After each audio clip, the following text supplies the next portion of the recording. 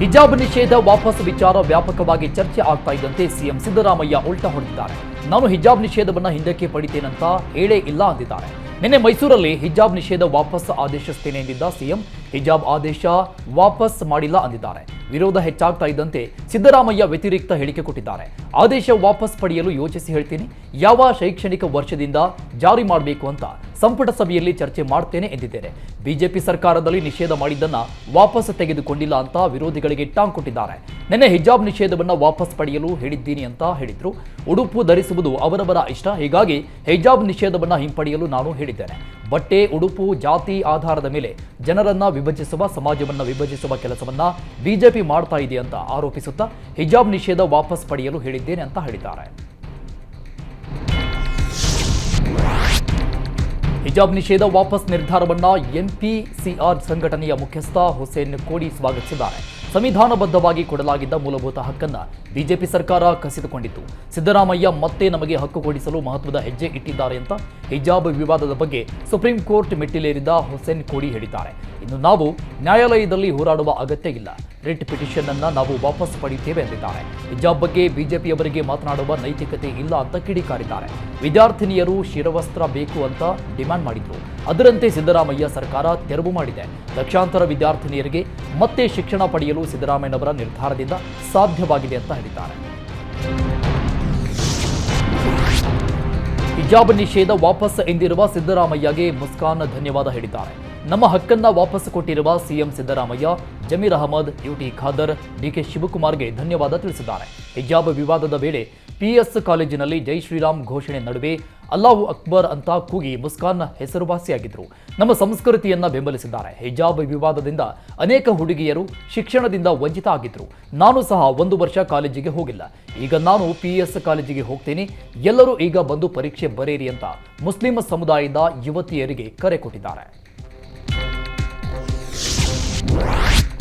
ಹಿಜಾಬ್ ನಿಷೇಧ ವಾಪಸ್ ನಿರ್ಧಾರಕ್ಕೆ ಮಾಜಿ ಸಿಎಂ ಬಸವರಾಜ ಬೊಮ್ಮಾಯಿ ಕಿಡಿಕಾರಿದ್ದಾರೆ. ಹಿಜಾಬ್ ನಿಷೇಧ ಪ್ರಶ್ನೆಯೇ ಇಲ್ಲ ಅಂದಿರುವ ಬೊಮ್ಮಾಯಿ, ಆಜ್ಞೆ ವಾಪಸ್ ಪಡೆಯಬೇಕಾದ್ರೆ ಸಮಗ್ರ ಶಿಕ್ಷಣದ ಬಗ್ಗೆ ಕಾನೂನು ಮಾಡಲಾಗಿತ್ತು. ಸದ್ಯ ಹಿಜಾಬ್ ಕೇಸ್ ಸುಪ್ರೀಂ ಕೋರ್ಟ್ನಲ್ಲಿದ್ದು 3 ಸದಸ್ಯ ಪೀಠದ ಮುಂದೆ ಬರಲಿದೆ ಎಂದಿದ್ದಾರೆ.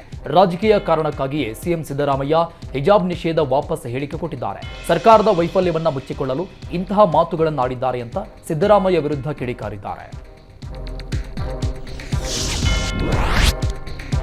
ಹಿಜಾಬ್ ನಿಷೇಧ ವಾಪಸ್ ಬಗ್ಗೆ ಪ್ರತಿಕ್ರಿಯೆ ಕೊಟ್ಟ ಸಿಟಿ ರವಿ, ರಾಜ್ಯದಲ್ಲಿ ಹಿಜಾಬ್ ನಿಷೇಧ ಮಾಡಿರಲಿಲ್ಲ, ಶಾಲೆಗಳಲ್ಲಿ ಯೂನಿಫಾರ್ಮ್ ಕಡ್ಡಾಯ ಮಾಡಿತ್ತು ಅಂತ ಸ್ಪಷ್ಟಪಡಿಸಿದ್ದಾರೆ.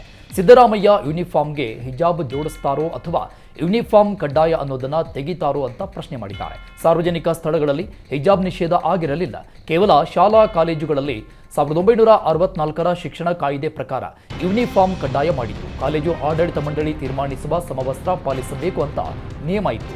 ಮುಂದಿನ ದಿನಗಳಲ್ಲಿ ಕೆಲವರಿಗೆ ಕೇಸರಿ ಶಾಲು ಹಾಕೊಂಡು ಬರೋದು ನಮ್ಮ ಐಡೆಂಟಿಟಿ ಅನ್ನಿಸಬಹುದು, ಕೆಲವರಿಗೆ ಹಸಿರು ಶಾಲು ನಮ್ಮ ಗುರುತು ಅನ್ನಿಸಬಹುದು, ನೀಲಿ ಶಾಲು ನಮ್ಮ ಗುರುತು ಅನ್ನಿಸಬಹುದು, ಹಳದಿ ನಮ್ಮ ಗುರುತು ಅನ್ನಿಸಬಹುದು. ಎಲ್ಲರೂ ಅವರ ಗುರುತು ತೋರಿಸಲು ಹೊರಟ್ರೆ ಸಮಾನತೆ ಎಲ್ಲಿ ಬರುತ್ತೆ ಅಂತ ಸಿಟಿ ರವಿ ಪ್ರಶ್ನೆ ಮಾಡಿದ್ದಾರೆ. ಸಮಾನತೆ ಇರಬೇಕು ಅಥವಾ ಭೇದ ಭಾವ ಇರಬೇಕು, ನೀವೇ ಹೇಳಿ ಅಂದಿದ್ದಾರೆ.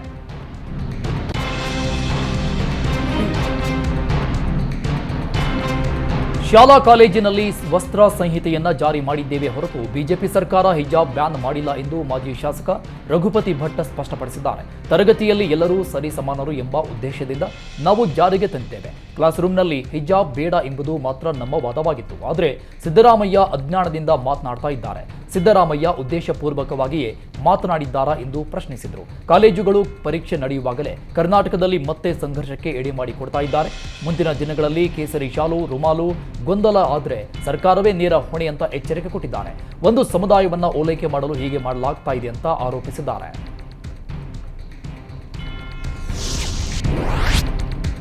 ದಾವಣಗೆರೆಯಲ್ಲಿ ಅಖಿಲ ಭಾರತ ವೀರಶೈವ ಲಿಂಗಾಯತ ಮಹಾಸಭಾ ಮಹಾ ಅಧಿವೇಶನಕ್ಕೆ ಸುತ್ತೂರು ಶಿವರಾತ್ರಿ ದೇಶಿಕೇಂದ್ರ ಶ್ರೀ ದೀಪ ಬೆಳಗಿಸುವ ಮೂಲಕ ಚಾಲನೆ ಕೊಟ್ಟಿದ್ದಾರೆ.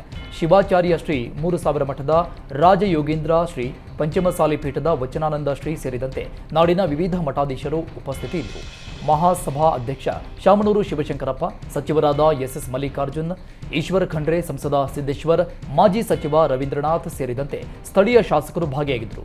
ದಾವಣಗೆರೆಯಲ್ಲಿ ನಡೀತಾ ಇರುವ ವೀರಶೈವ ಲಿಂಗಾಯತ ಅಧಿವೇಶನ ಶಕ್ತಿ ಪ್ರದರ್ಶನಕ್ಕೆ ಸಾಕ್ಷಿಯಾಯಿತು. ನಾಳೆಯೂ ಅಖಿಲ ಭಾರತ ವೀರಶೈವ ಲಿಂಗಾಯತ ಮಹಾಸಭಾ ಮಹಾ ಅಧಿವೇಶನ ನಡೆಯಲಿದೆ.